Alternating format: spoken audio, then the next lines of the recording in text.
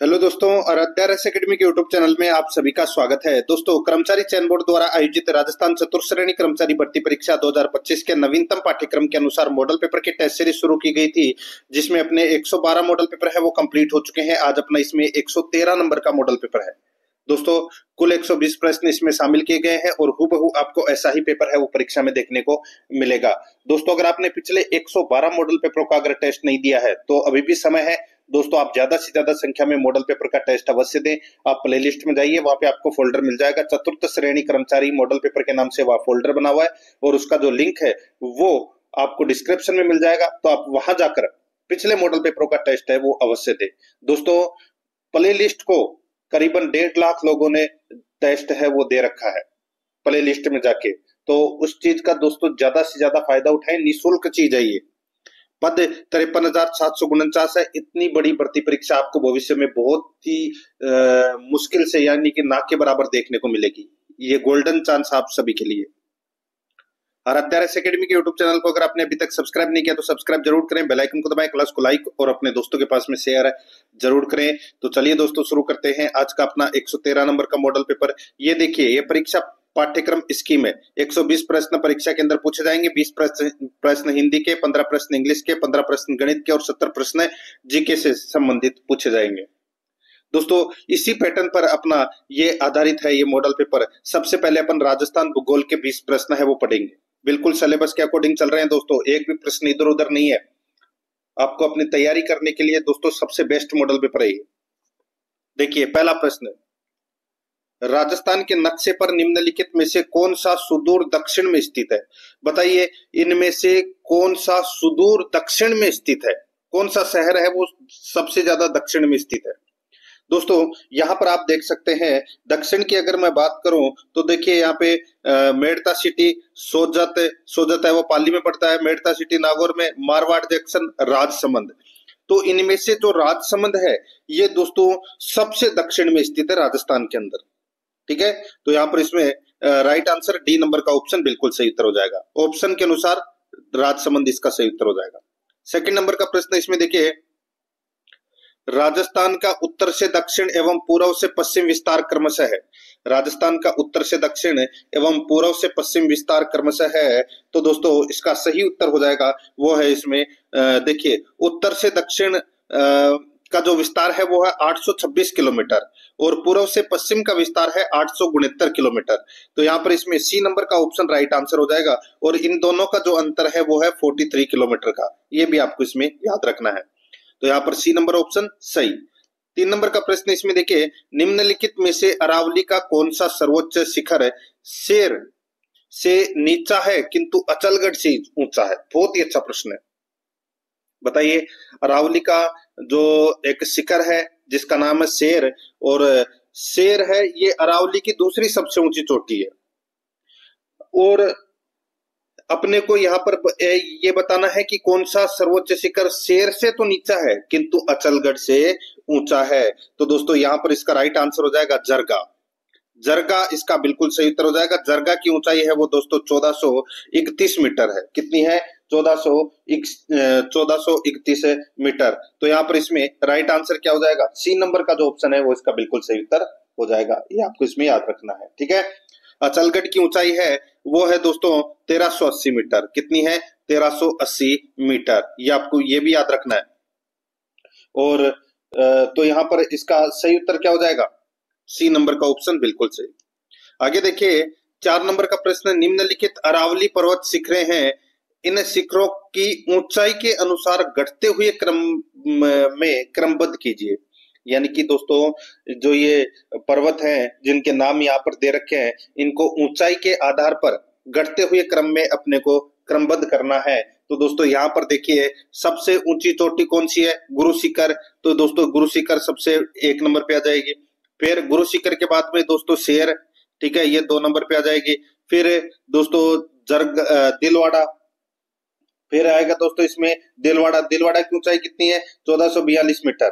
ठीक है, तो यहाँ पर दिलवाड़ा तो देखिए ये 3 नंबर पे आएगा। फिर आएगा दोस्तों इसमें अचलगढ़। ऊपर वाले के अंदर दोस्तों दिलवाड़ा ऑप्शन नहीं दे रखा था, ठीक है। तो यहाँ पर इसमें अचलगढ़ है, ये 4 नंबर पे आएगा। और फिर आएगा दोस्तों इसमें कुंभलगढ़, और कुंभलगढ़ की ऊंचाई है वो दोस्तों 1224 मीटर है। शेर की ऊंचाई दोस्तों 1597 मीटर है। तो यहाँ पर इसका राइट आंसर क्या हो जाएगा दोस्तों? 14523, 14523 इसका राइट आंसर हो जाएगा, यानी कि अपना इसमें ए नंबर का जो ऑप्शन है वो इसका बिल्कुल सही उत्तर हो जाएगा। 5 नंबर का प्रश्न इसमें देखिए, पश्चिम की तुलना में पूर्वी राजस्थान में जलवायु चरम सीमाएं हैं। पश्चिम की तुलना में पूर्वी राजस्थान में जलवायु चरम सीमाएं हैं। तो बताइए, पश्चिम में तो दोस्तों अधिक रहती है जलवायु, गर्म रहती है, और पूर्वी के अंदर दोस्तों कम रहती है। तो यहाँ पर इसमें राइट आंसर क्या हो जाएगा? निम्नतर। यहाँ पर इसमें ए नंबर का जो ऑप्शन है वो इसका सही उत्तर हो जाएगा। 6 नंबर का प्रश्न है, राजस्थान में नाइट्रेट की उपस्थिति के कारण कौन सी मृदा उर्वरक है? नाइट्रेट की उपस्थिति के कारण कौन सी मृदा उर्वरक है? राइट आंसर हो जाएगा वो है भूरी रेतीली मृदा। भूरी रेतीली मृदा यहाँ पर है, इसका सही उत्तर क्या हो जाएगा? बी नंबर का ऑप्शन बिल्कुल सही उत्तर हो जाएगा। इस मिट्टी में फास्फेट की अधिकता पाई जाती है दोस्तों। ये नागौर, पाली, जोधपुर, जालोर, सीकर, झुंझुनू, चूरू, इन भागों में दोस्तों ये विस्तृत है। तो यहाँ पर इसमें सही उत्तर क्या हो जाएगा? बी नंबर का ऑप्शन सही। 7 नंबर का प्रश्न इसमें देखिए, बेडच नदी कहां से निकलती है? बेडच नदी है ये कहां से निकलती है? तो दोस्तों बेडच नदी का जो उद्गम है वो गोगुंदा की पहाड़ियों से होता है, उदयपुर से। तो यहाँ पर इसमें राइट आंसर हो जाएगा गोगुंदा की पहाड़ियों से। ए नंबर का ऑप्शन बिल्कुल सही। आगे देखिए 8 नंबर का प्रश्न है, नदी सहायक नदी को सुमेलित कीजिए। दोस्तों एक तरफ नदी दे रखी है, दूसरी तरफ सहायक नदियां दे रखी है। अपने को सुमेलित करना है कि किसकी कौन सी सहायक नदी है। यहाँ पर आप देख सकते हैं दोस्तों चंबल, चंबल की सहायक नदी कौन सी है? तो दोस्तों पार्वती, परवन, काली सिंध, ये क्या है? ये चंबल की सहायक नदी है। तो दोस्तों यहाँ पर ये पार्वती आ जाएगा इसके अंदर। और बनास की सहायक नदी, तो दोस्तों बनास की सहायक नदी खारी और बेडच है। खारी और बेडच है, ये बनास की सहायक नदियां हैं। लूणी नदी की सहायक नदी दोस्तों सुकड़ी और जवाई है। सुकड़ी और जवाई है, ये लूणी नदी की सहायक नदी है। और माही नदी की सहायक नदी है सोम और जाखम। सोम और जाखम। तो दोस्तों यहाँ पर इसका राइट आंसर क्या हो जाएगा? 4321, 4321 इसका बिल्कुल सही उत्तर हो जाएगा, यानी कि ए नंबर का जो ऑप्शन है वो इसका बिल्कुल सही उत्तर हो जाएगा, 4321। 9 नंबर का प्रश्न इसमें देखिए, किशोर सागर झील तालाब कहाँ स्थित है? किशोर सागर झील तालाब कहाँ स्थित है? तो दोस्तों ये कहाँ पर स्थित है बताइए? तो ये कोटा में है दोस्तों। कहाँ पर है? कोटा में। तो यहाँ पर इसका right answer D number option हो जाएगा, कोटा में। आगे देखिए यहाँ पे 10 नंबर का प्रश्न है, सुमेलित करना है। एक तरफ दोस्तों झील दे रखी है और दूसरी तरफ जिले दे रखे हैं, सुमेलित करना है। देखिए यहाँ पे उम्मेद सागर झील है, वो कहाँ पर है? तो दोस्तों उम्मेद सागर झील भीलवाड़ा में है। कहाँ पर है? भीलवाड़ा में। नक्की झील ये तो सभी को पता होगा दोस्तों, ये तो सिरोही में है, माउंट आबू सिरोही में। पिछोला झील कहाँ है? तो दोस्तों ये उदयपुर में है। और तालाब शाही कहाँ है? तो दोस्तों ये धौलपुर में है। तो यहाँ पर इसका राइट आंसर क्या हो जाएगा? 4123, 4123 इसका बिल्कुल सही उत्तर हो जाएगा, यानी कि अपना इसमें बी नंबर का जो ऑप्शन है वो इसका बिल्कुल सही उत्तर हो जाएगा, 4123। 11 नंबर का प्रश्न इसमें देखिए, कौन सी राजस्थान में जल संरक्षण की परंपरागत विधि नहीं है? बताइए कौन सी राजस्थान में जल संरक्षण की परंपरागत विधि नहीं है? तो यहाँ पर इसका सही उत्तर हो जाएगा जल संरक्षण की परंपरागत विधि। यहाँ पर देखिए नाड़ी है, टोबा है, जोहड़ है, लेकिन नाली नहीं है, नाली नहीं है। तो यहाँ पर इसमें इसका राइट आंसर क्या हो जाएगा? ए नंबर का ऑप्शन बिल्कुल सही। ठीक है, नाली में से तो आप सभी को पता है पानी बहता है, नाड़ी है जिसमें पानी एकत्रित होता है। तो यहाँ पर इसमें सही उत्तर क्या हो जाएगा? ए नंबर का ऑप्शन बिल्कुल सही। 12 नंबर का प्रश्न है इसमें देखिए, निम्नलिखित में से कौन सा सिंचाई परियोजना जिला सुमेलित नहीं है?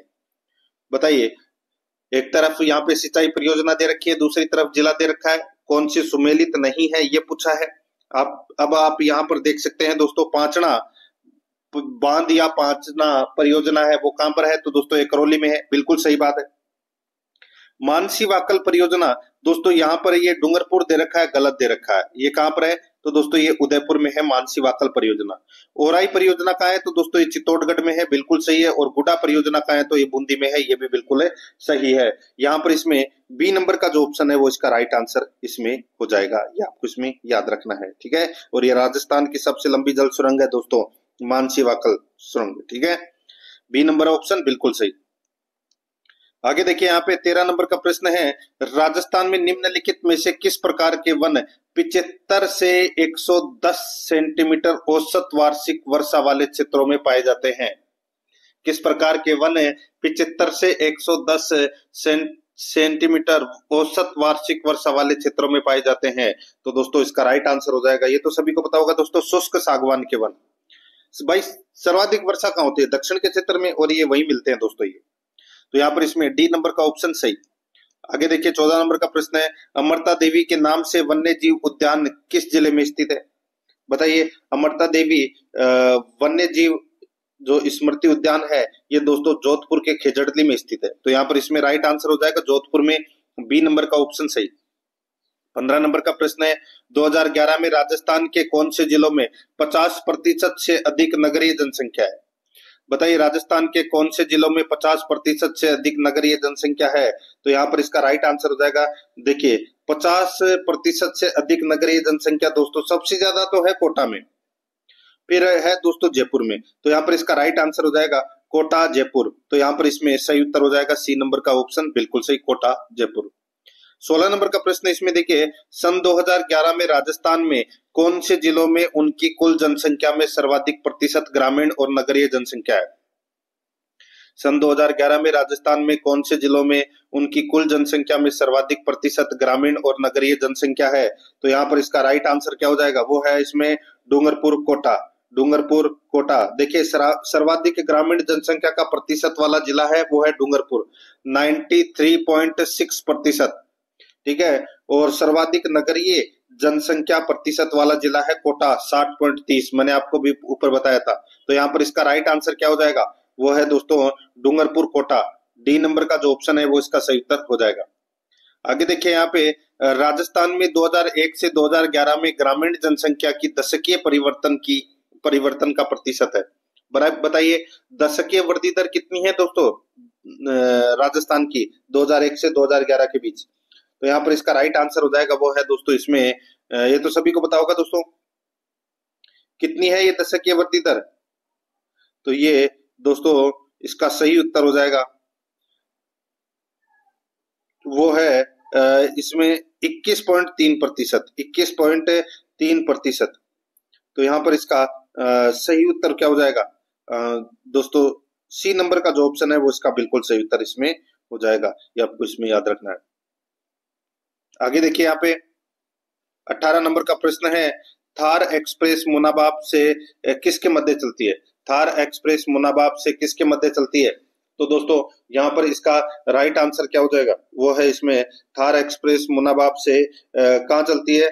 तो ये मुनाबाब से खोखरापार पाकिस्तान तक चलती है, खोखरापार पाकिस्तान तक। यहाँ पर बी नंबर का जो ऑप्शन है वो इसका बिल्कुल सही उत्तर इसमें हो जाएगा। आगे देखिए यहाँ पर इसमें 19 नंबर का प्रश्न है, निम्नलिखित में से राजस्थान के किस जिले में रेलवे की सुविधा नहीं है?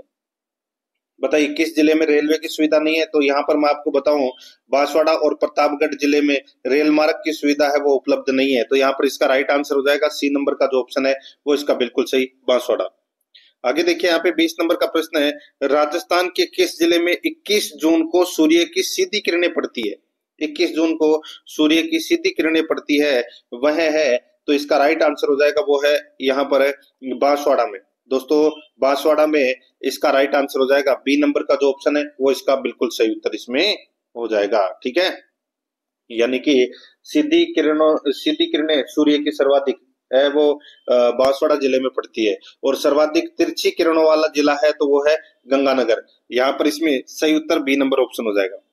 अब अपन भाग 2 के अंदर दोस्तों राजस्थान इतिहास एवं कला संस्कृति से संबंधित 20 प्रश्न है वो पढ़ेंगे सिलेबस के अकॉर्डिंग। ठीक है, भाग 2 में। अब दोस्तों देखिए यहाँ पे 21 नंबर का प्रश्न है, बिजोलिया लेख के अनुसार सांबर झील का निर्माण करवाया था। बिजोलिया शिलालेख के अनुसार सांबर झील का निर्माण करवाया था, तो यहाँ पर किसने करवाया था? तो दोस्तों वासुदेव चौहान ने करवाया था। यहाँ पर बी नंबर का जो ऑप्शन है वो इसका बिल्कुल सही उत्तर हो जाएगा, वासुदेव चौहान ने करवाया था। ठीक है, राइट आंसर हो जाएगा बी नंबर ऑप्शन सही उत्तर। आगे देखिए यहाँ पे किस युद्ध में मेवाड़ के महाराणा सांगा ने बाबर की सेना को हराया था? किस युद्ध में मेवाड़ के महाराणा सांगा ने बाबर की सेना को हराया? यहाँ पर इसका सही उत्तर हो जाएगा दोस्तों, वो है इसमें बयाना के युद्ध में। दोस्तों बयाना का युद्ध है ये 16 फरवरी 1527 को हुआ था। ठीक है, 16 फरवरी 1527 को बयाना का युद्ध हुआ था, जिसमें महाराणा सांगा की विजय हुई थी। और इसके ठीक एक महीने बाद खानवा का युद्ध हुआ था 17 मार्च 1527 को, उसमें बाबर की विजय हुई थी। तो यहाँ पर इसमें सही उत्तर डी नंबर ऑप्शन सही उत्तर हो जाएगा। 23 नंबर का प्रश्न है, राजस्थान देखिए, जयपुर के किस कछुआ शासक ने 1818 ईस्वी में ईस्ट इंडिया कंपनी से संधि की थी? ईस्ट इंडिया कंपनी से संधि की थी, किसने की थी बताइए? जयपुर का वो शासक कौन था? तो उस शासक का नाम था दोस्तों जगत सिंह द्वितीय, महाराजा जगत सिंह द्वितीय। ठीक है, द्वितीय कर लेना इसको प्रथम की जगह। महाराणा जगत सिंह द्वितीय ने दोस्तों अप्रैल 1818 ईस्वी में ईस्ट इंडिया कंपनी के साथ में संधि की थी। तो यहाँ पर इसका राइट आंसर हो जाएगा सी नंबर का ऑप्शन, बिल्कुल सही। आगे देखिए 24 नंबर का प्रश्न है, 1857 के विद्रोह के समय 1857 के विद्रोह के समय आहुआ के ठाकुर कुशाल सिंह को मेवाड़ के किस स्थान के सामंत ने अपनी यहाँ शरण दी थी? बताइए, ठाकुर कुशाल सिंह को मेवाड़ के किस सामंत ने अपने यहाँ शरण दी थी? उस स्थान का नाम बताना है, किस स्थान के सामंत ने अपने यहाँ शरण दी थी। तो यहाँ पर इसका राइट आंसर हो जाएगा, वो है दोस्तों यहाँ पर कोठारिया के रावत जोध सिंह ने शरण दी थी। दोस्तों कोठारिया के थे वो। यहाँ पर इसमें ए नंबर का ऑप्शन बिल्कुल सही उत्तर हो जाएगा, कोठारिया। 25 नंबर का प्रश्न है, सही सुमेलित नहीं है वो अपने को बताना है। एक तरफ स्वतंत्रता सेनानी है, दूसरी तरफ संबंध देशी रियासत है। यहाँ पर देखिए रघुवर दयाल गोयल स्वतंत्रता सेनानी का जो संबंध है वो है दोस्तों कहां से? तो इनका संबंध बीकानेर से है, बिल्कुल सही बात है। बाबा हरिश्चंद्र का संबंध दोस्तों जयपुर से है, बिल्कुल सही है। मथुरा दास माथुर का संबंध जोधपुर से है, ये भी बिल्कुल सही है। गोपीलाल यादव अलवर गलत हो जाएगा दोस्तों, गोपीलाल यादव है वो भरतपुर रियासत से संबंधित थे। तो दोस्तों यहाँ पर इसका राइट आंसर क्या हो जाएगा? डी नंबर का जो ऑप्शन है वो इसका बिल्कुल सही उत्तर इसमें हो जाएगा। और गोपीलाल यादव की अध्यक्षता में भरतपुर प्रजा परिषद की स्थापना है वो की गई थी। तो यहाँ पर इसमें डी नंबर ऑप्शन बिल्कुल सही, क्योंकि ये सुमेलित नहीं है। 26 नंबर का प्रश्न, इसमें देखिए कौन सा युग में सुमेलित है? कौन सा युग में सुमेलित है वो दोस्तों अपने को यहाँ पर क्या करना है, बताना है। अब यहाँ पर आप देख सकते हैं दोस्तों, देखिए यहाँ पर रूपाजी व कृपाजी धाकड़, रूपाजी व कृपाजी धाकड़ ये कौन से किसान आंदोलन से संबंधित थे? तो दोस्तों ये बताइए कौन से किसान आंदोलन से संबंधित थे? तो ये बेंगू किसान आंदोलन से संबंधित थे। अब यहाँ पे क्या पूछा था कि कौन सा युग में सुमेलित है? तो इसमें एक ही सुमेलित है दोस्तों, पहला ही। ठीक है, यहाँ पर ए नंबर का जो ऑप्शन है वो इसका बिल्कुल सही उत्तर इसमें हो जाएगा। बाकी इसमें सारे के सारे हैं वो दोस्तों क्या दे रखे हैं, गलत दे रखे हैं। आगे देखिए 27 नंबर का प्रश्न है, बिजोलिया में तलवार लाग नाम से नई लागत किसने लगाई थी? बिजोलिया में तलवार लाग नाम से नई लागत है वो किसने लगाई थी? तो वो लगाई थी दोस्तों तलवार बंदाई कर, ये ठाकुर पृथ्वी सिंह ने 1906 में लगाई थी दोस्तों। यहाँ पर इसमें सही उत्तर हो जाएगा ए नंबर का ऑप्शन सही। देखिए ज्यादा से ज्यादा आपको सुनने की कोशिश करना है, और कितने प्रश्न आपके गलत हो रहे हैं कौन से पार्ट में वो भी दोस्तों आपको पता होना चाहिए। 28 नंबर का प्रश्न है, राजस्थान की रियासतों के एकीकरण के समय जोधपुर राज्य का महाराजा कौन था? जोधपुर राज्य का जो महाराजा था वो कौन था? यहाँ पर इसका सही उत्तर हो जाएगा वो है हनुमंत सिंह। यहाँ पर डी नंबर का जो ऑप्शन है वो इसका बिल्कुल सही उत्तर हो जाएगा हनुमंत सिंह। आगे देखिए यहाँ पे 29 नंबर का प्रश्न है, टोडगढ़ को राजस्थान में कब सम्मिलित किया गया? टोडगढ़ को राजस्थान में कब सम्मिलित किया गया? तो दोस्तों टोडगढ़ है ये अजमेर में स्थित है। ठीक है, और अजमेर का जो विलय है वो दोस्तों 1956 में हुआ था राजस्थान के एकीकरण के 7वें चरण में। तो यहाँ पर इसमें डी नंबर का जो ऑप्शन है वो इसका सही उत्तर हो जाएगा। 30 नंबर का प्रश्न है, अर्जुन लाल सेठी द्वारा राजस्थान सेवा संघ का गठन, राजस्थान सेवा संघ का गठन किस विख्यात व्यक्ति की सलाह मानकर किया गया? बताइए, अर्जुन लाल सेठी द्वारा राजस्थान सेवा संघ का गठन राजस्थान सेवा संघ का गठन किस विख्यात व्यक्ति की सलाह मानकर किया गया? तो यहाँ पर इसका सही उत्तर हो जाएगा दोस्तों वो है महात्मा गांधी की सलाह मानकर। तो यहाँ पर इसमें राइट आंसर ए नंबर का ऑप्शन हो जाएगा। और राजस्थान सेवा संघ की जो स्थापना है वो 1919 ईस्वी में वर्धा महाराष्ट्र में की गई थी, अर्जुन लाल सेठी, केसरी सिंह बारठ और विजय सिंह पथिक के द्वारा। यहाँ पर ए नंबर ऑप्शन सही। आगे देखिए 31 नंबर का प्रश्न है, राजस्थान के कौन से लोक देवता बुंदेल से थे? बताइए कौन से लोक देवता बुंदेल से थे? राइट आंसर हो जाएगा वो है लोक देवता हडबूजी। हडबूजी है ये दोस्तों बुंदेल नागौर से थे। यहाँ पर इसका सही उत्तर बी नंबर ऑप्शन हो जाएगा। 32 नंबर का प्रश्न इसमें देखिए, जयदयाल सोनी और चेतराम संबंधित है। जयदयाल सोनी और चेतराम संबंधित है, तो दोस्तों ये किससे संबंधित है? तो ये संबंधित है तुर्रा कलंगी ख्याल से संबंधित है दोस्तों ये, ठीक है। और तुर्रा कलंगी ख्याल का जो उद्भव है वो चंदेरी मध्य प्रदेश से हुआ था और इसे तुकनगीर और शाह अली ने प्रारंभ किया था। तो यहाँ पर इसका राइट आंसर क्या हो जाएगा? ए नंबर का ऑप्शन बिल्कुल सही। और राजस्थान के अंदर दोस्तों ये चित्तौड़गढ़, नीमच और निम्बाहेड़ा की दोस्तों ये प्रसिद्ध ख्याल है। तो यहाँ पर इसका सही उत्तर हो जाएगा ए नंबर ऑप्शन सही। आगे देखिए यहाँ पे जलदुर्ग कहाँ है? बताइए जलदुर्ग कहाँ पर है? तो जलदुर्ग तो दोस्तों गागरोन दुर्ग है और ये कालीसिंध और आहू नदी के संगम पर ये स्थित है। राइट आंसर हो जाएगा कालीसिंध और आहू नदियों के संगम पर ये गागरोन दुर्ग है जो जलदुर्ग है झालावाड़ में। ए नंबर का ऑप्शन सही। 34 नंबर का प्रश्न है, किराडू का सोमेश्वर मंदिर और आबानेरी का हर्षत माता मंदिर निम्नलिखित में से कौन सी स्थापत्य शैली में बने हुए हैं? बताइए किराडू का सोमेश्वर मंदिर और आबानेरी का हर्षत माता मंदिर निम्नलिखित में से कौन सी स्थापत्य शैली में बने हुए हैं? तो दोस्तों ये बने हुए हैं गुर्जर प्रतिहार शैली में। यहाँ पर बी नंबर का ऑप्शन सही उत्तर हो जाएगा। 35 नंबर का प्रश्न है, आप यहाँ पर देख सकते हैं, किस जिले की ब्लैक पोट्री फूलदानों, प्लेटों और मटकों के लिए प्रसिद्ध है? किस जिले की ब्लैक पॉटरी फूलदानों, प्लेटों और मटकों के लिए प्रसिद्ध है? तो यहाँ पर इसका सही उत्तर हो जाएगा वो है दोस्तों इसमें बताइए, तो ये कोटा। यहाँ पर सी नंबर का जो ऑप्शन है वो इसका बिल्कुल सही उत्तर हो जाएगा कोटा। आगे देखिए दोस्तों यहाँ पर इसमें 36 नंबर का प्रश्न है, मीनाकारी की कला राजस्थान में सर्वप्रथम किसके द्वारा लाई गई? मीनाकारी की कला है वो सर्वप्रथम दोस्तों किसके द्वारा लाई गई? यहाँ पर इसका सही उत्तर हो जाएगा वो है दोस्तों ये मानसिंह प्रथम के द्वारा लाई गई थी, ठीक है। और इसके जो प्रमुख कलाकार थे वो थे दोस्तों कुदरत सिंह। और इसमें क्या होता है कि सोने और चांदी के बर्तनों व गहनों पर रंग चढ़ाने की कला है वो मीनाकारी कहलाती है और ये लाहौर से लेकर आए थे मानसिंह प्रथम।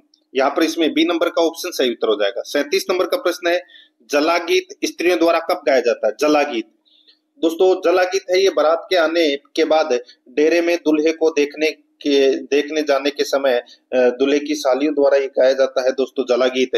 राइट आंसर हो जाएगा वर की बारात का डेरा देखने जाने पर ये जला गीत गाया जाता है। सी नंबर ऑप्शन सही। 38 नंबर का प्रश्न है, कौन सा सुशीर वाद्य यंत्र नहीं है?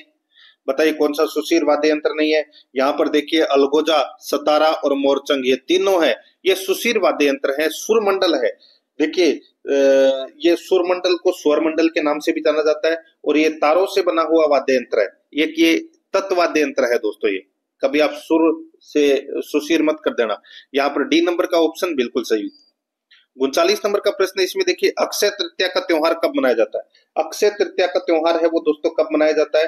तो दोस्तों जिसको अपन आखा तीज भी बोलते हैं और ये बैसाख महीने की शुक्ल पक्ष की तृतीया यानी कि बैसाख शुक्ल तृतीया को बैसाख महीने की शुक्ल पक्ष की तृतीया को ये अक्षय तृतीया यानी कि आखा तीज मनाई जाती है जिसको अबूझ सवाब के नाम से भी जाना जाता है। ये नंबर ऑप्शन सही। 40 नंबर का प्रश्न इसमें देखिए, कौन सा आभूषण महिलाओं द्वारा धारण नहीं किया जाता?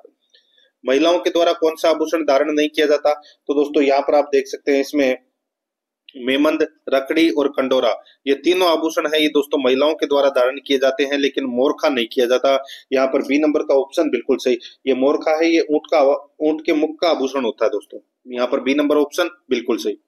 अब अपन दोस्तों भाग 3 के अंदर भारतीय संविधान से संबंधित 5 प्रश्न है वो पढ़ेंगे बिल्कुल सिलेबस के अकॉर्डिंग। 41 नंबर का प्रश्न इसमें देखिए, भारतीय जनतंत्र में किसी राज्य की सदस्यता है?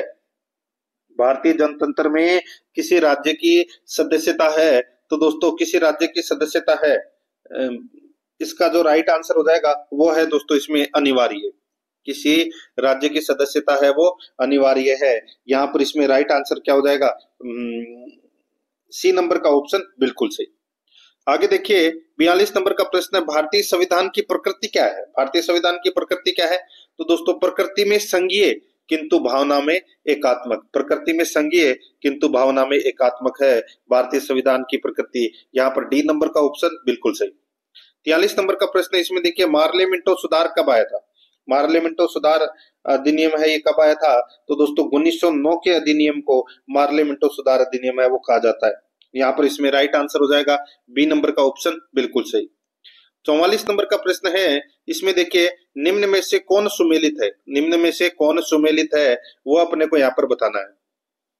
देखिए भारत परिषद अधिनियम 1982, भारत परिषद अधिनियम 1982, प्रतिनिधि सरकार की स्थापना, प्रतिनिधि सरकार की स्थापना, ये दोस्तों अपना पहला ही इसमें क्या है, सुमेलित है।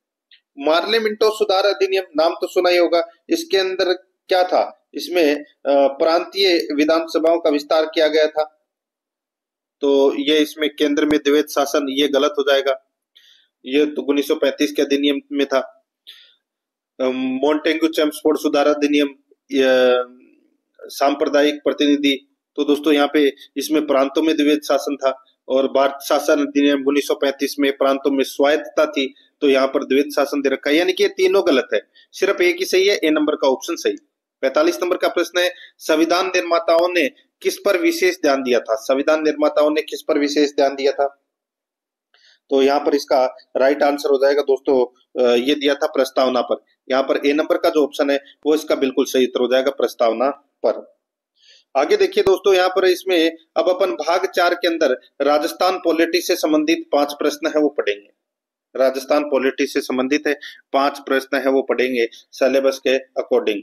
46 नंबर का प्रश्न है वो यहाँ पर देख सकते हैं, नीचे दिए हुए 2 वक्तव्यों पर विचार करना है, कथन ए और कथन आर, ठीक है। अब अपने को दोस्तों यहाँ पर ये बताना है कि कौन सा कथन है वो दोस्तों इसमें सत्य है, कौन सा कथन इसमें सत्य है। तो यहाँ पर देखिए कथन ए में राज्य का राज्यपाल अपने पद पर राष्ट्रपति की इच्छा पर्यंत ही रहता है, तो दोस्तों बिल्कुल सही बात है।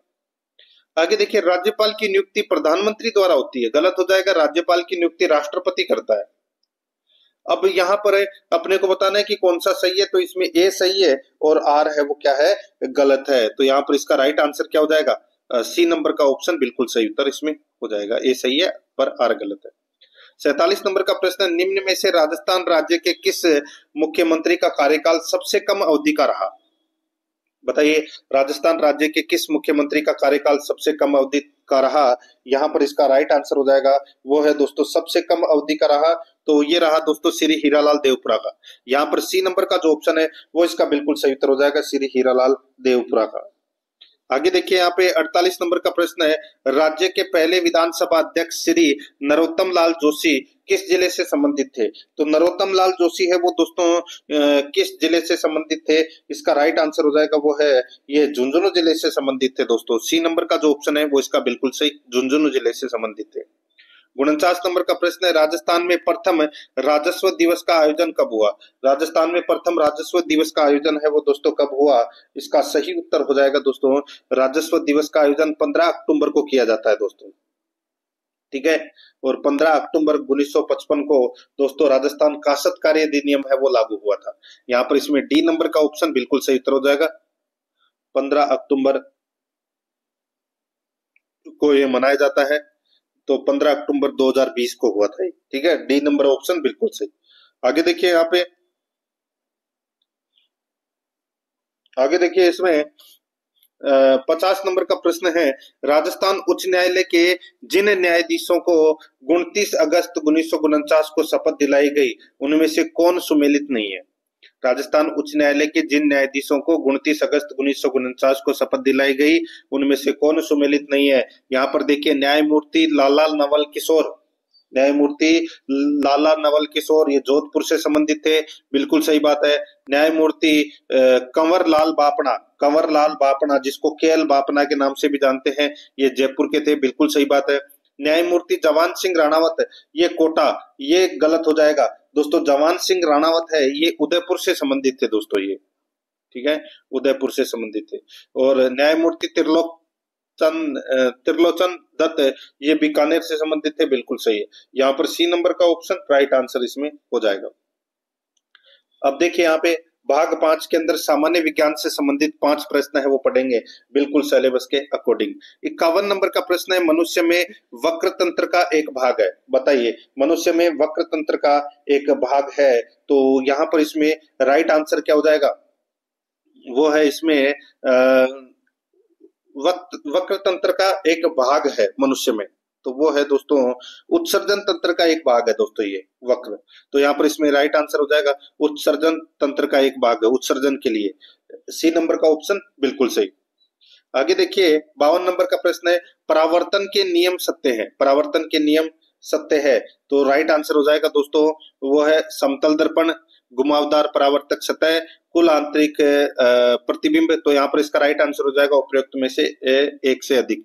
यहाँ पर डी नंबर का ऑप्शन बिल्कुल सही उत्तर हो जाएगा। आगे देखिए यहाँ पे 53 नंबर प्रश्न है, निम्नलिखित में से कौन सी धातु नहीं है। बताइए कौन सी धातु नहीं है। यहाँ पर इसका राइट आंसर हो जाएगा वो है दोस्तों यहाँ पर पी है, ये दोस्तों धातु नहीं है। पी का मतलब क्या होता है, फास्फोरस। ठीक है, फास्फोरस एक धातु है। बाकी Hg यानी कि मरकरी, Mg का मतलब मैग्नीशियम और Pb का मतलब होता है लेड, ये धातुएं हैं तीनों। तो यहाँ पर इसमें डी नंबर का ऑप्शन बिल्कुल सही, फास्फोरस। आगे देखिए नाइट्रोजन एक आवश्यक अवयव नहीं है। नाइट्रोजन एक आवश्यक अवयव नहीं है, तो किसका अवयव नहीं है, तो यहाँ पर इसका जो सही उत्तर हो जाएगा वो है दोस्तों इसमें कौन सा, तो ये दोस्तों कार्बोहाइड्रेट का अवयव नहीं है। सी नंबर का जो ऑप्शन है वो इसका सही उत्तर हो जाएगा। 55 नंबर प्रश्न है, इसमें देखिए भराव भूमि से निकलने वाला द्रव जो भूजल को दूषित करता है क्या कहलाता है। भराव भूमि से निकलने वाला द्रव जो भूजल को दूषित करता है कहलाता है, तो वो क्या कहलाता है, वो कहलाता है दोस्तों लीचेट। क्या कहलाता है, लीचेट। बी नंबर का ऑप्शन इसका सही उत्तर हो जाएगा।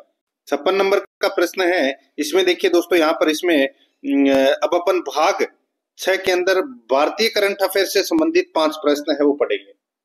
भाग 6 के अंदर दोस्तों भारतीय करंट अफेयर से संबंधित 5 प्रश्न है वो बिल्कुल सिलेबस के अकॉर्डिंग है वो पढ़ने जा रहे हैं।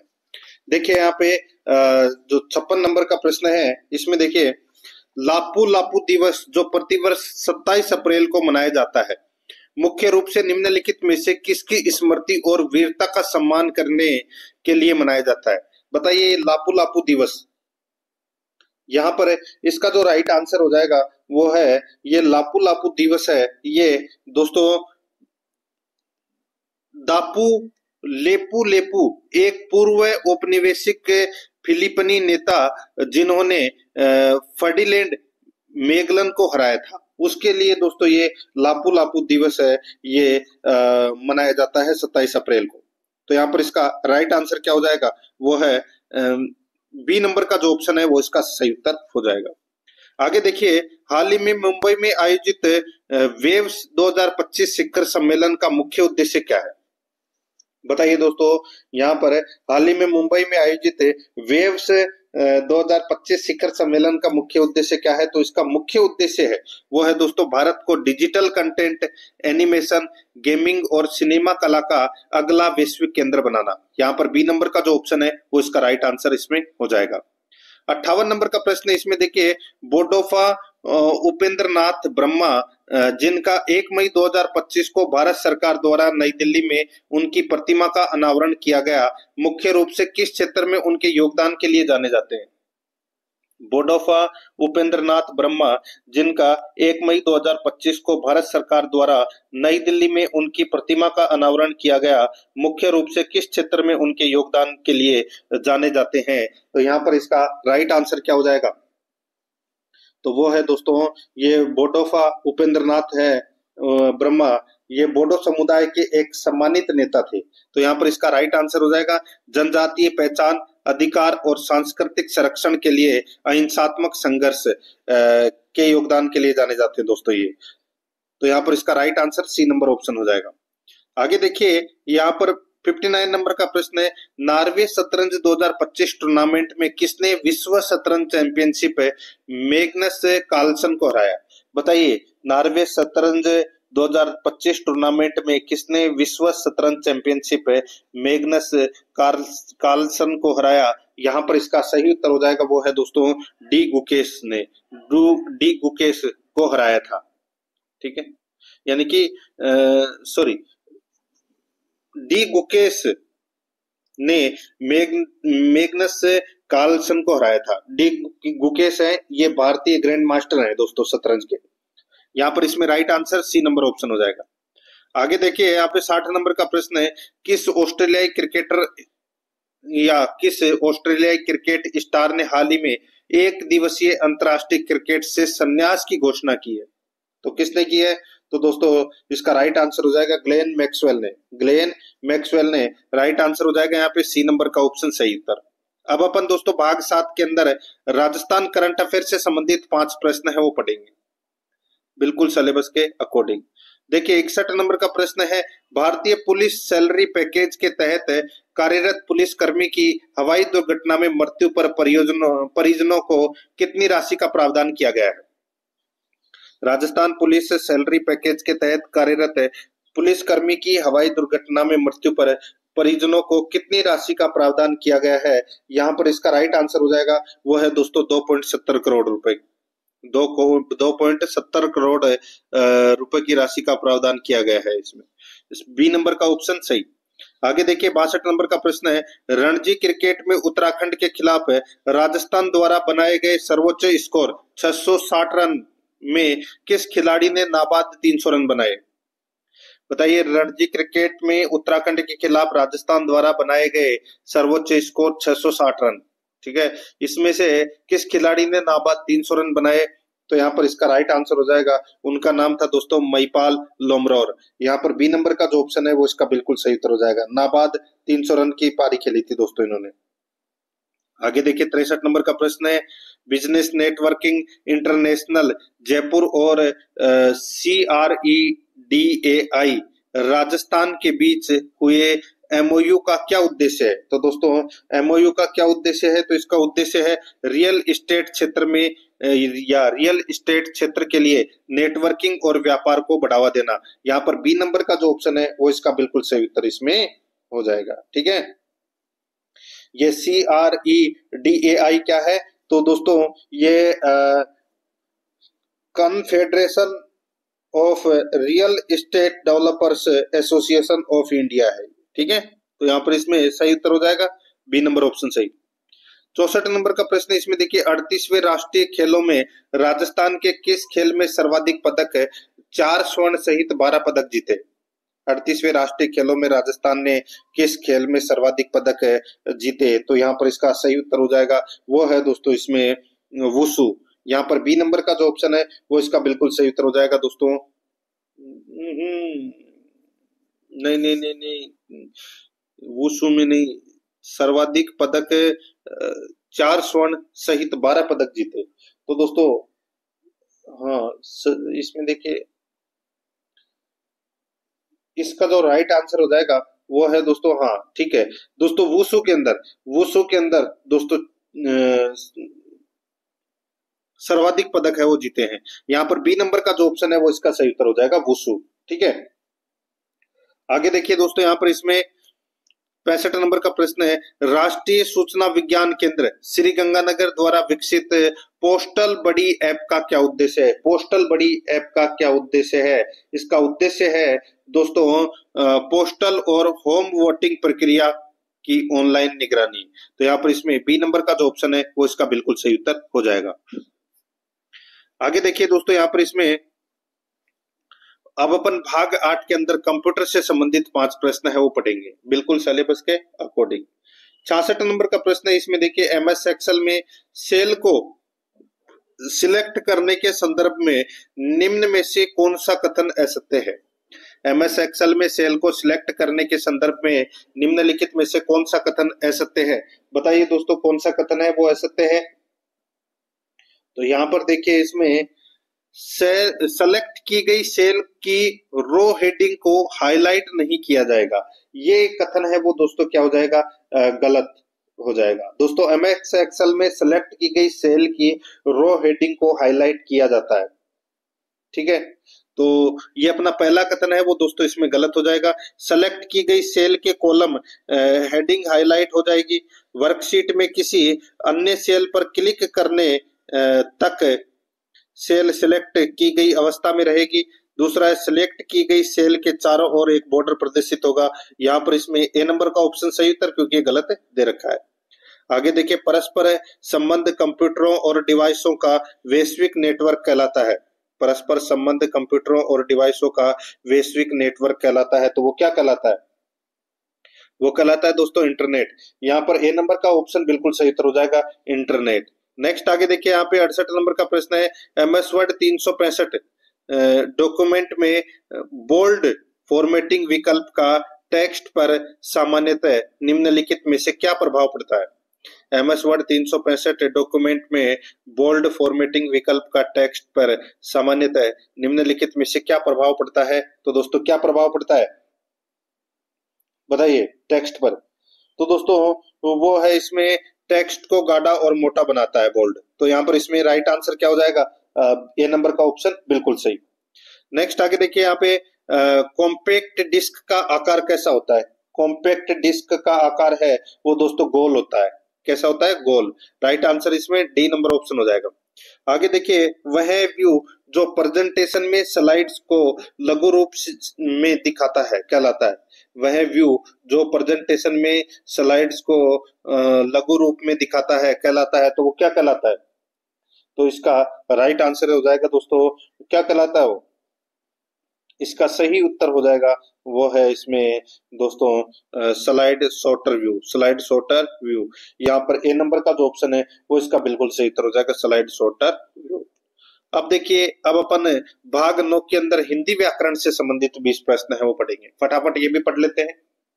देखिए, बिल्कुल सिलेबस के अकॉर्डिंग चल रहे हैं। और क्लास को लाइक नहीं किया है तो दोस्तों एक बार सभी के सभी मित्र हैं वो क्लास को लाइक जरूर करें। और आराध्या रस एकेडमी के यूट्यूब चैनल को अगर आपने अभी तक सब्सक्राइब नहीं किया तो सब्सक्राइब जरूर कर लें। बेल आइकन को दबाएं ताकि नोटिफिकेशन है वो दोस्तों आप सभी के पास में निरंतर पहुंचता रहे। ऑब्जेक्टिव क्लासेस चल रही है चतुर्श्रेणी भर्ती परीक्षा के लिए, तो ऑब्जेक्टिव क्लास भी जरूर देखें बिल्कुल सिलेबस के अकॉर्डिंग। और दोस्तों कितने प्रश्न आपके सही हो रहे हैं, कितने गलत हो रहे हैं, ये भी आपको दोस्तों पता होना चाहिए। देखिए, यहाँ पे 71 नंबर प्रश्न है, सदैव शब्द का संधि विच्छेद होगा। देखिए, डबल मात्रा आ गई मतलब वर्धी संधि। राइट आंसर हो जाएगा दोस्तों इसमें सदा प्लस एव वर्धी संधि का प्रयोग हुआ है, ए नंबर ऑप्शन सही।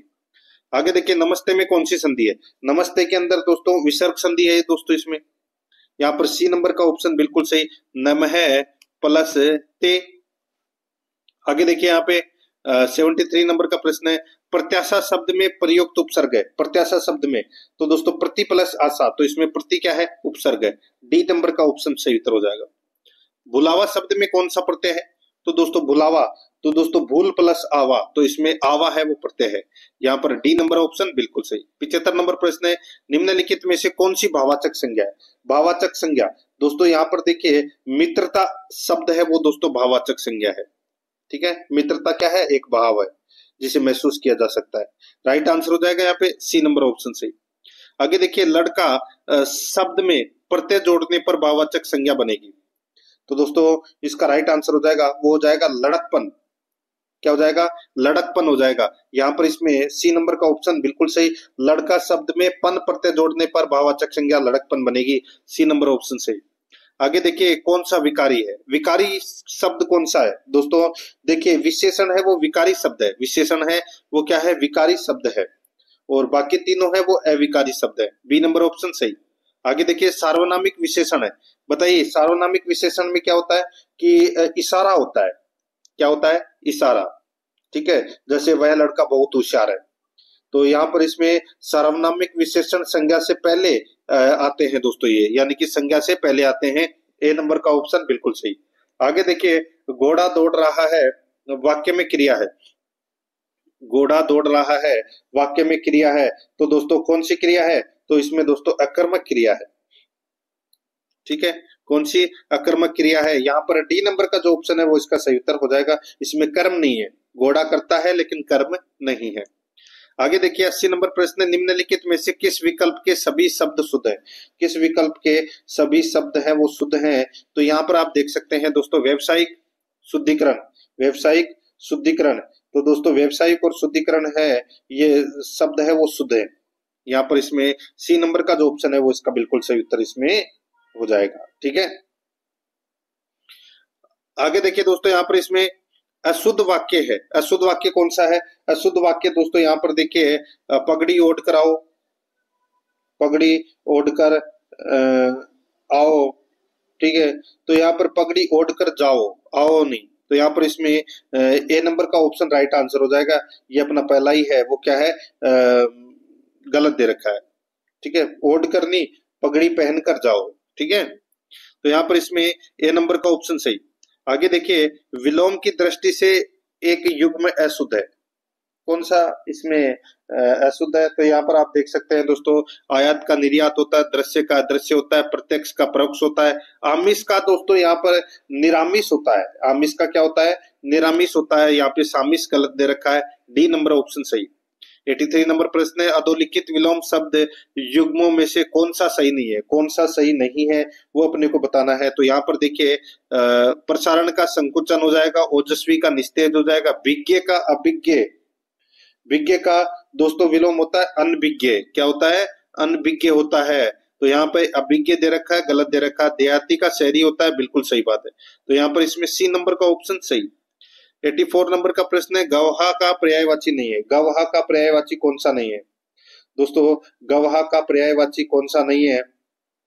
तो आप यहाँ पर देख सकते हैं दोस्तों, देखिए जानवी, जानवी है ये दोस्तों, गंगा का पर्यायवाची है। और बाकी दूसर, चक्रीवान और वैशाख नंदन ये किसके हैं? तो ये गधे के पर्यायवाची।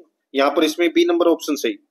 आगे देखिए, इनका असर भी पड़ रहा है, इस वाक्य में कौन सा काल है? इनका असर भी पड़ रहा है, इस वाक्य में कौन सा काल है? तो दोस्तों इसमें कौन सा काल है? तो इसमें तात्कालिक वर्तमान काल है। यहाँ पर डी नंबर का ऑप्शन बिल्कुल सही उत्तर हो जाएगा, तात्कालिक वर्तमान काल है। आगे देखिए दोस्तों, यहाँ पर इसमें डेपुटेशन का हिंदी पर्याय है। डेपुटेशन का हिंदी पर्याय है, तो दोस्तों इसका हिंदी पर्याय होता है प्रतिनियुक्ति। क्या होता है? प्रतिनियुक्ति। ए नंबर का ऑप्शन बिल्कुल सही, प्रतिनियुक्ति। 87 नंबर प्रश्न है, संस्कृत के जो शब्द मूल रूप से हिंदी में प्रयोग किए जाते हैं उन्हें कहते हैं। संस्कृत के जो शब्द मूल रूप से हिंदी में प्रयोग किए जाते हैं उन्हें कहते हैं। तो उन्हें क्या कहते हैं? उन्हें कहते हैं दोस्तों तत्सम। क्या बोलते हैं? तत्सम शब्द बोलते हैं। ए नंबर ऑप्शन सही।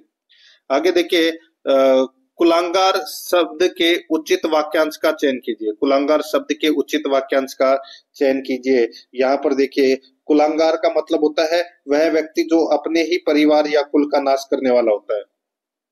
तो यहाँ पर इसमें डी नंबर का ऑप्शन बिल्कुल सही।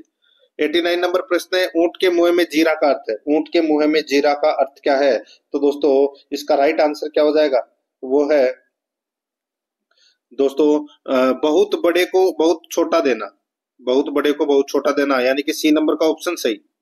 आगे देखिए, अंधे के आगे रोए अपने नैन खोए का अभिप्राय है। अंधे के आगे रोए अपने नैन खोए का अभिप्राय है। तो दोस्तों इसका अभिप्राय हो जाएगा अयोग्य से कहना। यहाँ पर इसमें सी नंबर का ऑप्शन बिल्कुल सही उत्तर हो जाएगा, अयोग्य से कहना। अब अपन भाग 10 के अंदर इंग्लिश ग्रामर से संबंधित 15 प्रश्न है वो पढ़ेंगे सिलेबस के अकॉर्डिंग। यहाँ पे देखिए, red hot is a compound word that is a formed by. बताइए दोस्तों ये क्या है? तो ये एडजेक्टिव प्लस एडजेक्टिव है। यहाँ पर बी नंबर का ऑप्शन राइट आंसर हो जाएगा, रेड हॉट। तो दोस्तों यहाँ पे रेड है वो एडजेक्टिव है, और दोस्तों हॉट भी क्या है? इसमें एडजेक्टिव है। तो यहाँ पर इसका राइट आंसर हो जाएगा बी नंबर का ऑप्शन सही उत्तर। आगे देखिए, fill in the blank with the correct preposition. Preposition भरना है। तो इसमें देखिए, the child is no at all pleased her new toy. तो यहाँ पर इसका सही उत्तर हो जाएगा दोस्तों, वो है इसमें with her new toy. With her new toy, यहाँ पर डी नंबर का ऑप्शन बिल्कुल सही उत्तर हो जाएगा, with her new toy.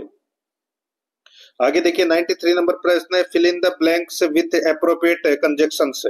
Fill in the blank with appropriate conjunctions. तो इसमें देखिए, she returned home opened the door. तो दोस्तों बताइए खालिस्तान में क्या आएगा इसमें? इसमें देखिए, इसमें she returned home and open the door. तो यहाँ पर इसमें डी नंबर का ऑप्शन बिल्कुल सही, एंड आएगा इसमें। आगे देखिए, fill in the blank with suitable article like a and the. ठीक है। अब सेंटेंस देखिए, I have a friend in Mumbai who is actress. तो यहाँ पर क्या आएगा? एक्ट्रेस के आगे। तो दोस्तों इसमें एक्ट्रेस के आगे क्या आएगा? तो इसमें आएगा एन एक्ट्रेस। यहाँ पर बी नंबर का ऑप्शन बिल्कुल सही उत्तर हो जाएगा, एन एक्ट्रेस। आगे देखिए 95 नंबर प्रश्न है, I have taught him is in. I have taught him is in, तो यहाँ पर इसका राइट आंसर हो जाएगा present perfect tense. Present perfect tense, तो यहाँ पर बी नंबर का ऑप्शन बिल्कुल सही उत्तर इसमें हो जाएगा। आगे देखिए 96 नंबर का प्रश्न है, choose the correct verbs. Choose the correct verbs, तो दोस्तों यहाँ पर देखिए इसमें what is the past tense of ring. What is the past tense of ring, तो दोस्तों यहाँ पर इसका राइट आंसर हो जाएगा वो है दोस्तों रिंग। रिंग है वो वर्ब है दोस्तों यहाँ पर इसमें, तो करेक्ट वर्ब इसकी जगह क्या आएगी, रिंग की जगह। तो दोस्तों रिंग की जगह रंग आएगी, ठीक है, RANG। तो यहाँ पर इसमें राइट आंसर हो जाएगा बी नंबर का ऑप्शन बिल्कुल सही, ठीक है भाई। सेकंड फॉर्म होती है पास्ट टेंस में, तो बी नंबर ऑप्शन सही। 97 नंबर प्रश्न है, choose the correct word in the blank. दोस्तों खालिस्तान भरना है, तो इसमें देखिए due to rainfall this year they had to water supply. They had to water supply, तो यहाँ पर देखिए scanty rainfall this year they had to provide water supply. यहाँ पर इसमें ए नंबर का जो ऑप्शन है वो इसका सही उत्तर हो जाएगा इसमें। 98 नंबर का प्रश्न इसमें देखिए find the error in following question. Find the error in following question, तो यहाँ पर देखिए mathematics are a taught in his school by an experienced teacher, question not attempt. बताइए कौन से पार्ट में एरर है, तो इस पार्ट के अंदर दोस्तों मैथमेटिक्स है, मैथमेटिक्स आर। तो मैथमेटिक्स के लिए दोस्तों सिंगुलर नाउन का प्रयोग होता है, तो यहाँ पर इज का प्रयोग होगा इसमें, ठीक है। राइट आंसर हो जाएगा इसमें पहले ही पार्ट में क्या है, एरर है। ए नंबर का ऑप्शन बिल्कुल सही। आगे देखिए यहाँ पे the policeman catch thieves, the correct passive voice of the following sentence. तो इसका अपने को पेसिव वॉइस बनाना है, ठीक है। इसका पेसिव वॉइस क्या बनेगा, तो दोस्तों इसमें देखिए thieves are catch by the policeman. यहाँ पर इसमें right answer D number option हो जाएगा। 100 नंबर का प्रश्न इसमें देखिए change the following sentence into passive voice from the options given below. Change the following sentence into passive voice from the options given below. तो यहाँ पर देखिए I eat a banana every day. I eat a banana every day, तो यहाँ पर इसका right answer हो जाएगा a banana is eaten by me every day. A banana is eaten by me every day, ये इसका पेसिव वॉइस बनेगा दोस्तों। सी नंबर का ऑप्शन सही। 101 नंबर का प्रश्न है इसमें देखिए change the following sentence into indirect speech from the options given below. इसमें देखिए he said to me my cousin has drawn this picture. देखिए यहाँ पे he said to me my cousin had drawn this picture, यहाँ पर इसका सही उत्तर क्या हो जाएगा, यहाँ पर इसका जो राइट आंसर हो जाएगा वो हो जाएगा दोस्तों, देखिए अपने को इनडायरेक्ट स्पीच में बनाना है, ठीक है, डायरेक्ट से इनडायरेक्ट में। तो यहाँ पर he told me that his cousin had drawn that picture, तो यहाँ पर इसमें ए नंबर का ऑप्शन राइट आंसर हो जाएगा। 102 नंबर का प्रश्न इसमें देखिए करेक्ट प्रीपोजिशन भरना है, तो इसमें देखिए ही शूडेड द ड्रीडफुल साइट, तो यहाँ पर इसका सही उत्तर क्या हो जाएगा, वो है दोस्तों यहाँ पर इसका सही उत्तर इसमें हो जाएगा। देखिए इसमें प्रीपोजिशन आएगा दोस्तों इनटू द ड्रीडफुल साइट, तो यहाँ पर इनटू तो दे नहीं रखा, तो नन ऑफ द अबव इसका राइट आंसर हो जाएगा, ठीक है। डी नंबर का जो ऑप्शन है वो इसका बिल्कुल सही उत्तर इसमें हो जाएगा। आगे देखिए दोस्तों यहाँ पर fill in the blank with the correct preposition, तो प्रीपोजिशन भरना है। यहाँ पर इसमें देखिए दोस्तों इसमें इसके अंदर देखिए the town was plunged darkness, तो दोस्तों इसमें क्या आएगा, तो इसमें आएगा दोस्तों इनटू, ठीक है, इनटू डार्कनेस आएगा इसमें, तो राइट आंसर इसमें सी नंबर ऑप्शन। 104 नंबर का प्रश्न है इंग्लिश ट्रांसलेट करना है दोस्तों, ठीक है, यानी कि हिंदी में। तो दोस्तों यहाँ पर देखिए सेंटेंस देखिए he used to examine every document to the passengers, तो यहाँ पर इसका राइट आंसर क्या हो जाएगा, वो है दोस्तों इसमें कौन सा, दोस्तों वह यात्रियों के प्रत्येक दस्तावेज की जांच करता था। यहाँ पर डी नंबर का जो ऑप्शन है वो इसका सही उत्तर हो जाएगा। आगे देखिए, यहाँ पे 105 नंबर का प्रश्न है, what is the legal authority of a court और an official body to hear and decide cases called. What is the legal authority of a court or an official body to hear and decide cases called? तो यहाँ पर इसका सही उत्तर क्या हो जाएगा? वो है दोस्तों इसमें जुरिडिक्शन। यहाँ पर इसमें बी नंबर का ऑप्शन बिल्कुल सही उत्तर हो जाएगा। यहाँ पर अब देखिए, भाग 11 के अंदर गणित से संबंधित 15 प्रश्न है वो पढ़ेंगे बिल्कुल सिलेबस के अकॉर्डिंग। 106 नंबर का प्रश्न है, तीन संख्याओं का अनुपात 1:2:5 है और उनका लघुत्तम समापवर्तक 1600 है। संख्याओं का महत्तम समापवर्तक ज्ञात कीजिए। तो दोस्तों महत्तम समापवर्तक ज्ञात करना है तो सीधा सा यहाँ पर 1, 2 और 5 का एलसीएम क्या होगा दोस्तों, ये हो जाएगा 10। ठीक है, 1600 में 10 का भाग दे लीजिए, कितना आ जाएगा 160। यही अपना सही उत्तर हो जाएगा, ए नंबर ऑप्शन सही। आगे देखिए, एक क्रिकेटर का 10 मैचों का औसत स्कोर 40 है। तो दोस्तों 10 इंटू 40 कितने हो जाएंगे, 400। यदि पहले 6 मैचों का औसत 44 है तो 6 इंटू 44 कर लीजिए, कितना हो जाएगा, 6 को 24, 240 और 24 कितने होते हैं, 240 और 24 264।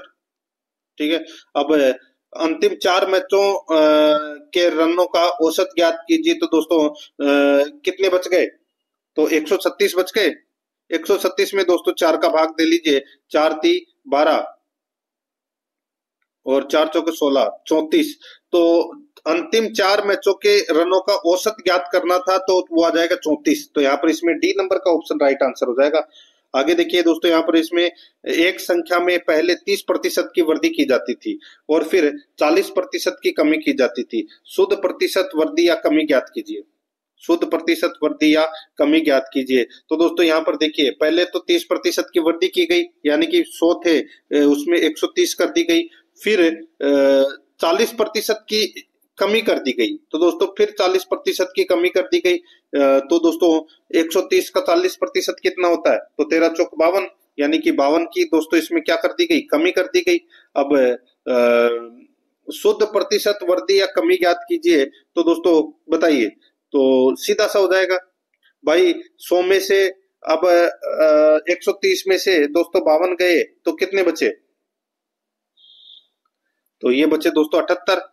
ठीक है, तो पहले 100 थे, अब 78 है, तो कितने प्रतिशत की कमी हुई, तो दोस्तों 22% की कमी हुई। सी नंबर का ऑप्शन राइट आंसर हो जाएगा। आगे देखिए, केले का मूल्य x प्रति किग्रा है।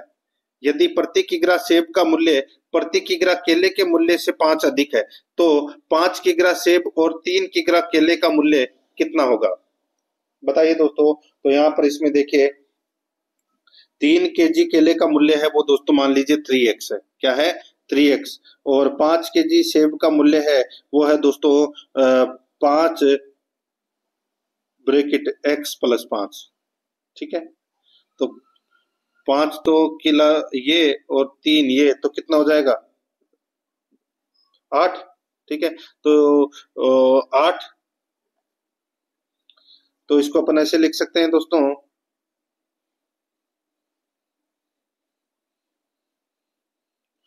3x + 5x + 25। तो यानी कि दोस्तों इसमें 8x + 25 होगा, कितना हो जाएगा, तो दोस्तों 8x + 25 कौन से ऑप्शन में, तो यहाँ पर इसका राइट आंसर हो जाएगा वो है 8x + 25। यहाँ पे डी नंबर का ऑप्शन बिल्कुल सही। 110 नंबर का प्रश्न है, एक वस्तु को 12,000 रुपए में बेचा गया, यदि 15% की छूट दी जाए तो 2% का लाभ होता है। तो वस्तु का क्रय मूल्य क्या था, तो वस्तु का क्रय मूल्य है वो क्या था, 12,000 रुपए में बेचा गया और 15% की छूट दी जाए तो 2% का लाभ होता है। यहाँ पर है, इसमें देखिए सीधा सा मैं आपको बताऊं, इसके अंदर क्या है कि क्रय मूल्य इंटू क्रय मूल्य दोस्तों इंटू 102/100 इंटू क्या हो जाएगा, तो दोस्तों सॉरी क्या हो जाएगा, तो ये हो जाएगा दोस्तों 1,20,000 यानी कि 12,000 इंटू 85/100, बस इसको काट लीजिए तो 10,000 आ जाएगा अपना right answer, B number option सही। आगे देखिए 111 नंबर प्रश्न, ए और बी के वेतनों का अनुपात 4:5 है, बी और सी के वेतनों का अनुपात 3:4 है, ए और सी के वेतनों का अनुपात ज्ञात कीजिए। ए और सी के वेतनों का अनुपात है वो ज्ञात कीजिए। तो दोस्तों यहाँ पर सीधा सा हो जाएगा ए बी और सी, तो यहाँ पर इसमें 4:5 और 3:4। तो दोस्तों क्या हो जाएगा, 4 × 12, 5 × 15 और 5 × 20। तो यहाँ पे 12, 15, 20 इसका राइट आंसर हो जाएगा। ये अनुपात निकल के आ जाएंगे। यहाँ पे ए और सी का पूछा है तो 12 और 20 ये आ जाएगा दोस्तों, इसमें 12 और 20। तो 12 और 20 कट रहे हैं क्या किसी से, तो 4 से कट रहे हैं, तो ये 3 बार कटा, ये 5 बार कटा, तो यहाँ पे 3:5 यानी कि सी नंबर का ऑप्शन बिल्कुल सही। 112 नंबर प्रश्न, एक व्यवसाय में पी क्यू से आधा और क्यू आर से अधिक निवेश करता है। 7,000 मासिक लाभ को यदि उनके बीच साझा किया जाता है तो आर का हिस्सा क्या होगा। तो आर का हिस्सा है वो क्या होगा, तो दोस्तों देखिए पी द्वारा निवेश की गई राशि है वो दोस्तों एक्स है, ठीक है। तो क्यू द्वारा हो जाएगी दोस्तों इसमें 2x, और आर द्वारा है वो दोस्तों हो जाएगी इसमें 4x निवेश की गई राशि। तो यहाँ पर आर क्यू पी, ठीक है। तो ये हो जाएगा दोस्तों यहाँ पे 4x अनुपात 2x अनुपात x, तो कितने x हो गए, तो दोस्तों ये 7x हो गए। तो यहाँ पर r का हिस्सा निकालना है, तो r का हिस्सा 7,000 इंटू r है का कितना है 4x, तो 4x बटे 7x, ठीक है। तो बस इसको काट लीजिए, 7 से दोस्तों ये 1,000 बार कटा, ठीक है। तो 1,000 इंटू 4 कर लीजिए, कितना जाएगा 4,000। ये अपना सही उत्तर हो जाएगा, डी नंबर ऑप्शन सही। 113 नंबर प्रश्न, इसमें देखिए यदि कोई धनराशि 12.5 वर्ष में स्वयं की 3 गुना हो जाती है तो उस पर लागू साधारण ब्याज की दर ज्ञात कीजिए। तो उस पर लागू साधारण ब्याज की दर है वो ज्ञात कीजिए। तो दोस्तों साधारण ब्याज की दर है वो दोस्तों इसमें 16% हो जाएगी। क्या हो जाएगी, 16%। सीधा सा आप कर सकते हैं ना आसानी से। यहाँ पर इसमें ए नंबर का ऑप्शन सही उत्तर, ठीक है। आगे देखिए भाई 100 में आप भाग दोगे किसका, 8 का, तो 12.5% की आएगी। आगे देखिए 5,000 के लिए 10% वार्षिक ब्याज दर से 3 वर्षों में साधारण ब्याज और चक्रवर्ती ब्याज में अंतर होगा। 5 वर्ष के लिए 10% वार्षिक साधारण ब्याज की दर से 3 वर्षों में साधारण ब्याज और चक्रवर्ती ब्याज। भाई 500 का 5,000 का 10% कितना होता है 500, और 500 इंटू 3 कर लीजिए, कितना 1500 रुपए। तो दोस्तों इसमें क्या साधारण ब्याज निकलेगा। चक्रवर्ती ब्याज निकाल लीजिए, तो दोस्तों 5,000 इंटू 110 बटे 100 इंटू 110 बटे 100 इंटू 110 बटे 100, बस काट लीजिए। और फिर जो भी अपना साधारण ब्याज आया है यहाँ पे 1500 आया है उसमें से घटा देना है। तो यहाँ पर कितना आएगा 155। यहाँ पर इसमें डी नंबर ऑप्शन सही उत्तर हो जाएगा। आगे देखिए ए बी सी किसी कार्य को क्रमशः 20, 30 और 60 दिन में कर सकते हैं। यदि प्रत्येक तीसरे दिन बी और सी ए की सहायता से करते हैं तो ए उस कार्य को कितने दिन में पूरा कर सकता है। यहाँ पर देखिए दोस्तों ए बी सी किसी कार्य को 20, 30 और 60 दिन में कर सकते हैं, तो इसका एलसीएम कितना निकलेगा 60, ठीक है। तो 60 में दोस्तों आप भाग दे लीजिए किसका, सबसे पहले 20 का दोगे तो कितनी बार गया 3, फिर दोस्तों 30 का भाग दिया तो कितनी बार गया 2 बार, और एक का 60 में 60 का भाग दिया 1 बार। तो यहाँ पर 3, 2 और 1 आ गया, 3, 2 और 1 आ गया, ठीक है। ये अपना 3, 2, 1 और 60 आ गया, इतना तो आ गया, ठीक है। अब दोस्तों यहाँ पर देखिए क्या पूछा है कि यदि प्रत्येक तीसरे दिन बी और सी ए की सहायता से करते हैं, ए उस कार्य को कितने दिन में पूरा करेगा। तो सीधा सा हो जाएगा दोस्तों, यहाँ पर देखिए ए का काम कितना है, तो दोस्तों 3, ए का काम कितना है, तो दोस्तों 3, और दोस्तों यहाँ पर देखिए 3 और 2 5, तो यहाँ पर दोस्तों इसमें होगा 3 इंटू 5 यानी कि 15 दिन में, 15 दिन इसका राइट आंसर होगा, ठीक है। डी नंबर ऑप्शन बिल्कुल सही। आगे देखिए पाइप के एक पानी की टंकी को 10 घंटे में भर सकता है। पानी की टंकी खाली होने पर पाइप के को अकेला खोला जाता है। जब पानी की टंकी का आधा हिस्सा पाइप के से भर जाता है तो उसी तरह के 4 के 4 और पाइप खोल दिए जाते हैं। पानी की टंकी को भरने में कुल कितना समय लगेगा? नॉर्मल सी बात है दोस्तों, आप आसानी से कर सकते हैं ये क्वेश्चन भी। तो यहाँ पर मैं आपको बता देता हूँ दोस्तों, 6 घंटे इसका राइट आंसर होगा, ए नंबर ऑप्शन सही। ये आप घर पे कर लेना आसानी से। आगे देखिए, किसी यात्रा का 1/3 हिस्सा 25 किलोमीटर प्रति घंटा की चाल से तय किया जाता है। यात्रा का 1/4 हिस्सा 30 किलोमीटर प्रति घंटा की चाल से किया जाता है और शेष यात्रा 50 किलोमीटर प्रति घंटा की चाल से तय की जाती है। पूरी यात्रा के लिए औसत चाल किलोमीटर घंटा में ज्ञात कीजिए। दोस्तों अब यहाँ पर आप देख सकते हैं, माना कुल यात्रा है वो 12 यूनिट है।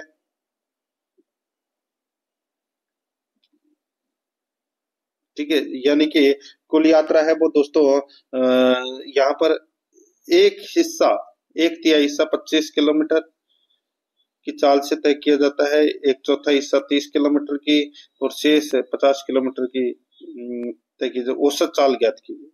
औसत चाल है वो ज्ञात करना है तो दोस्तों औसत चाल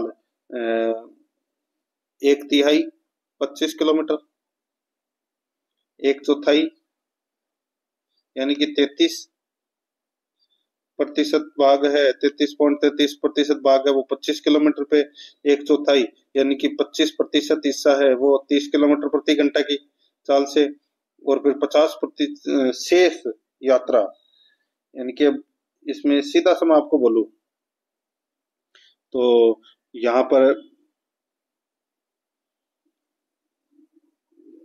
इसको आप ऐसे कर लिख सकते हो डायरेक्ट।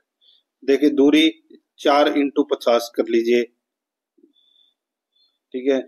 इसकी कर लीजिए दोस्तों 3x50 और इसकी कर लीजिए दोस्तों 5x50, ठीक है।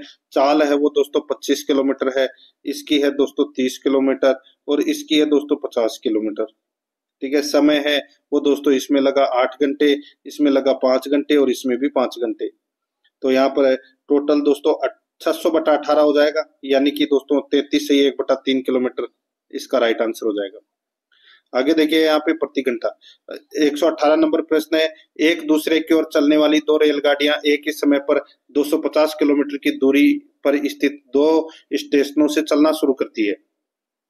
रेलगाड़ियों किसी स्टेशन से 130 किलोमीटर दूर किसी स्थान पर एक दूसरे से मिलती है, उनकी चालों का अनुपात ज्ञात कीजिए। दोस्तों चालों का अनुपात है वो सीधा सा 13:12 होगा इनके चालों का अनुपात। यहाँ पर इसमें सी नंबर का ऑप्शन राइट आंसर है। इसको अपन ऐसे लिख सकते हैं 130/x बराबर दोस्तों 250 - 130/y, बस इसको काट लीजिए, यहाँ पे 13:12 आ जाएगा, सी नंबर ऑप्शन सही। 119 नंबर का प्रश्न है, एक नाव धारा के विपरीत दिशा में 30 किलोमीटर और धारा की दिशा में 44 किलोमीटर जाने में कुल 10 घंटे का समय लेती है। साथ ही यह धारा की विपरीत दिशा में 40 किलोमीटर और धारा की दिशा में 55 किलोमीटर जाने में कुल 13 घंटे का समय लेती है। धारा की चाल ज्ञात कीजिए। दोस्तों ये प्रश्न भी आप आसानी से कर सकते हैं। इसको अपन ऐसे लिख सकते हैं दोस्तों 30/x - y, 30/x - y plus दोस्तों 44/x + y बराबर क्या 10, ठीक है। एक समीकरण बनेगा दोस्तों इसमें 40/x - y plus 55/x + y बराबर 13, बस इन दोनों समीकरणों को सोल्व कर लोगे तो दोस्तों यहाँ पे 28.12%, सॉरी इसमें इन दोनों समीकरणों को सोल्व करोगे तो दोस्तों यहाँ पे x 8 आ जाएगा और y 3 आ जाएगा। तो यहाँ पर क्या पूछा है, धारा की चाल ज्ञात कीजिए। दोस्तों इसका सही उत्तर हो जाएगा 3 किलोमीटर प्रति घंटा, ठीक है। तो यहाँ पर इसका सही उत्तर हो जाएगा बी नंबर ऑप्शन सही। आगे देखिए, निम्नांकित बार ग्राफ दिए गए वर्षों के दौरान कपास के उत्पादन टन में वृद्धि को दर्शाता है। ग्राफ का अध्ययन कीजिए और उसके आधार पर पूछे गए प्रश्नों का उत्तर दीजिए। देखिए, production of cotton in tons, कपास का उत्पादन टन ईयर वर्ष में दे रखा है। अब यहाँ पर देखिए 2017 की तुलना में 2020 में कपास के उत्पादन में लगभग कितने प्रतिशत की वृद्धि हुई? 2017 में है वो है 32 और 2020 में है 41। अंतर कितने का हो गया? 9 का। तो 9/32 इंटू 100 कर लीजिए, काट लीजिए। तो दोस्तों काटोगे तो 900 में आप 32 का भाग दोगे तो कितना आ जाएगा, तो 28.12% आ जाएगा। यहाँ पर डी नंबर ऑप्शन बिल्कुल सही। तो दोस्तों इसी के साथ मैंने आपको ये मॉडल पेपर है वो कंप्लीट करवा दिया है। प्रश्न आपको कैसे लगे कमेंट में जरूर बताएं। पिछले मॉडल पेपर जरूर देखें। ज्यादा से ज्यादा संख्या में आपको मॉडल पेपर का टेस्ट देना है। बने रहिए आराध्या आरएस एकेडमी के यूट्यूब चैनल के साथ में। सब्सक्राइब जरूर करें, बेल आइकन को दबाएं ताकि नोटिफिकेशन आप सभी के पास में निरंतर पहुंचता रहे। क्लास को लाइक और शेयर जरूर करें। मिलते हैं नेक्स्ट क्लास में। जय हिंद, जय भारत।